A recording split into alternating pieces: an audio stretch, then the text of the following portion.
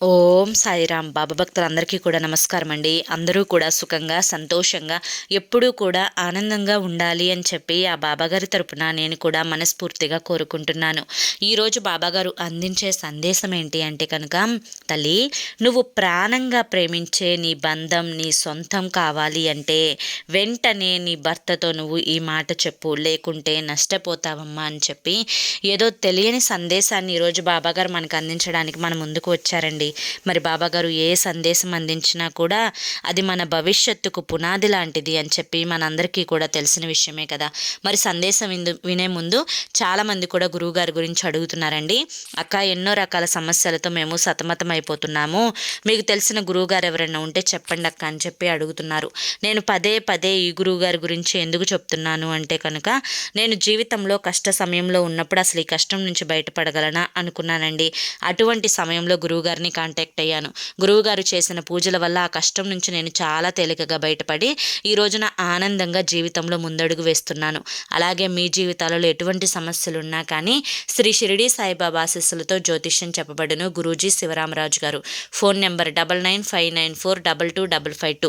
మీరు ఇప్పటి వరకు ఎన్నో చోట్ల జ్యోతిష్యం చెప్పించుకొని మీరు ఆశించిన మార్పులు మీ జీవితాలలో జరగలేదని చెప్పి బాధపడి ఉంటారు. కానీ ఇక్కడ అసలు అలా జరగదండి. మీ సమస్యలు ఏవైతే ఉన్నాయో, ప్రేమ, పెళ్లి, ఉద్యోగం, రాజకీయం, సంతానం లేక ఇబ్బంది పడుతున్న, భార్యాభర్తల మధ్య గొడవలున్న, అప్పుల సమస్యలున్న, శత్రువుల సమస్యలున్న, అవేంటో మీరు గురువుగారికి వివరించి చెప్పినట్లయితే వాటికి తగిన పూజలు చేసి మీకు గురువుగారు రోజులలోనే పరిష్కారాన్ని చూపిస్తారు. గురువుగారు చెప్పినట్లు 100కు 1000% జరుగుతుంది. నమ్మకంతో కాంటాక్ట్ అవ్వండి. ఇక బాబాగారి యొక్క సందేశం విషయానికి వస్తే, బిడ్డ, నువ్వు ప్రాణంగా ప్రేమించే నీ బంధం ఎప్పటికైనా కానీ నీ సొంతం అవ్వాల్సిందే.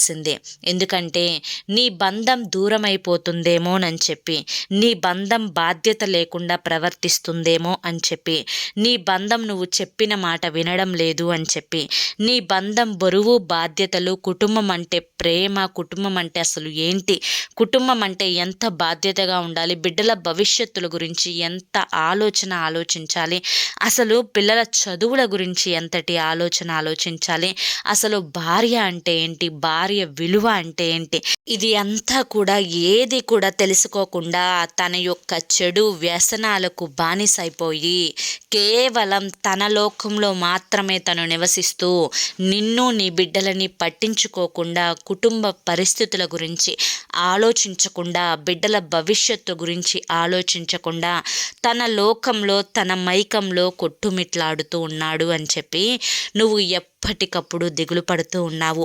అసలు ఇక నా భర్త మారడా, నా భర్తలో మార్పే రాదా అని చెప్పి నీ భర్త గురించి ఆలోచిస్తూ ఉన్నావు. బిడ్డ, ఇప్పుడు నీ గురించి నీ భర్త గురించి మాట్లాడుకుందాం. ఎప్పుడైనా కానీ ఎవరి యొక్క కర్మ ఫలితాలు అనేవి వారు తప్పకుండా అనుభవించి తీరాలి. ఒక మనిషి జీవితం అంటే ఏంటో ఎరిగి, ఇప్పుడు ప్రస్తుత లోకంలో ఎటువంటి కష్టాలు వస్తున్నాయి, ఎటువంటి నష్టాలు జరుగుతున్నాయి, ఎటువంటి బాధలు మనల్ని పట్టి పీడిస్తున్నాయి, వీటన్నింటి గురించి ఎరుకగా ఉండి ఆ బాధలు కష్టాల గురించి ఆలోచించి వాటి నుంచి ఎలా బయటపడాలో తెలివిగా ఒక ఆలోచన ప్రణాళికను చేసుకొని ఆ ఆలోచనలన్నింటినీ కూడా అమలుపరిచి ఆ కష్టాలన్నింటి నుంచి బయటపడి కుటుంబాన్ని, నలుగురిలో ఒక బరువు బాధ్యతలన్నింటినీ కూడా తన నెత్తిన వేసుకొని నేనున్నాను అనే భరోసాని ఇవ్వగలిగిన వారే నిజమైన భర్త. అవును కదా. అంతటి బాధ్యతని మోయాల్సింది కేవలం భర్త మాత్రమే. కానీ ఇప్పుడు నీ కుటుంబం యొక్క బరువు బాధ్యతలన్నింటినీ కూడా నువ్వే మోస్తున్నావు. నీ బిడ్డల గురించి ఎక్కువగా నువ్వే ఆలోచిస్తున్నావు. తనకి ఏ మాత్రం కూడా అటువంటి ఆలోచనలు అనేవే లేకుండా కేవలం తన యొక్క వ్యసనాలకు మాత్రమే బానిసగా ఆలోచిస్తూ ఉన్నారు అంటే కేవలం ఇది తన కర్మానుసారం జరుగుతున్నది. తల్లి, తనలో ఖచ్చితంగా ఒక మార్పు అనేది వచ్చి తీరుతుంది. కానీ ఆ కర్మ ఫలితం అనేది పూర్తిగా ముగిసిన తరువాత మాత్రమే ఆ మార్పు అనేది వచ్చి తీరుతుంది. అప్పటి వరకు నువ్వు ఎన్ని ప్రయత్నాలు చేసినా కానీ, ఎంత గొడవ పెట్టుకున్నా కానీ, 10 మందిలో నువ్వు ఎంత పలచనగా, నువ్వు ఎంత ఇదిగా ప్రవర్తించినా కానీ అతనిలో ఆవగింజంత మార్పుని కూడా నువ్వు తీసుకురాలేవు బిడ్డ. కాబట్టి నువ్వు మనసులో ఒకే ఒక్క మాట అనుకోవాలి.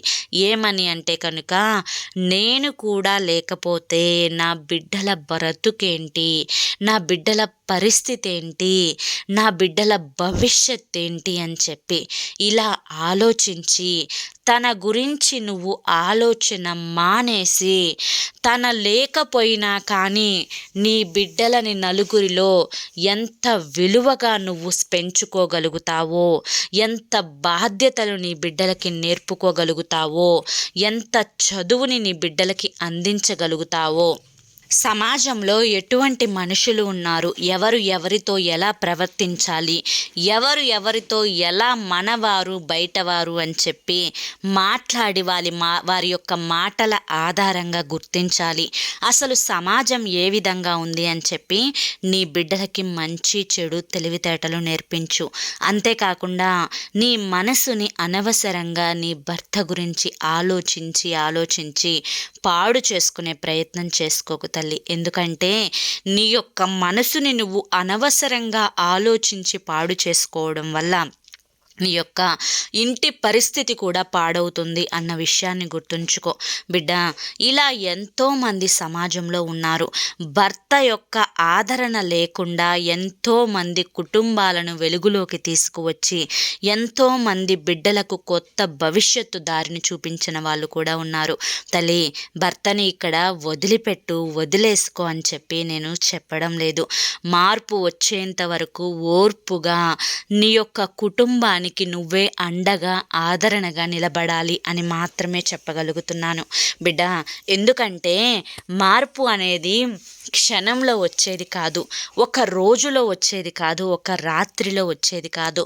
కాబట్టి అతను స్వహతాగా మంచికి చెడుకు తేడా ఏంటో తెలుసుకొని తను మారితే తప్ప ఎవ్వరూ కూడా మారవడానికి ఎటువంటి ప్రయత్నాలు చేసినా కూడా అవి అనవసరమైన ప్రయత్నాలు మాత్రమే అవుతాయి. ఆ విషయం ఇప్పటి వరకు నువ్వు కొన్ని అనుభవాల ఆధారంగా తెలుసుకొనే ఉంటావు.